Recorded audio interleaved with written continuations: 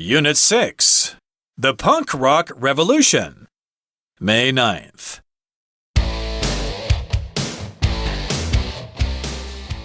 A man with spiked hot pink hair stands on stage wearing ripped jeans, a nose ring, and a crude t-shirt held together with safety pins.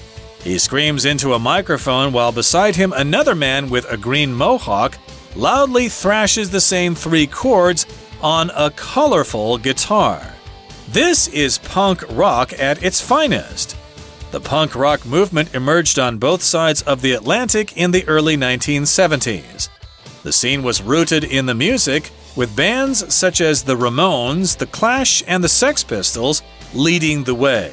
Punk music turned its back on the elaborate guitar solos and harmonies of rock music at the time, focusing instead on short, fast, and simple songs, bursting with raw energy and confrontational attitude.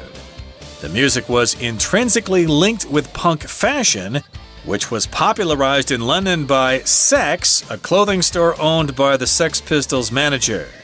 In New York City, meanwhile, singer Richard Hell of Television was the first to spike his hair, cut up and draw on his t-shirts, and use safety pins to hold his clothing together.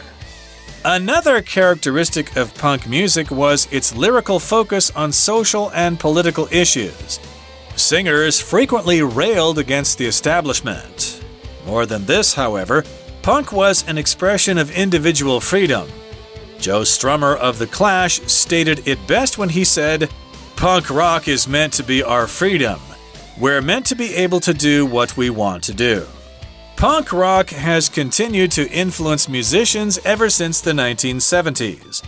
Though some bands have moved more toward the mainstream, punk is at heart an underground do-it-yourself movement in which bands record, produce, and distribute their own albums.